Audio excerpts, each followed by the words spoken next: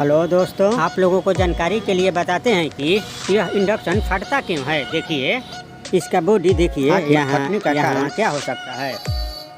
तो आपको जानकारी के लिए बता दें कि इंडक्शन फटने के दो कारण होते हैं।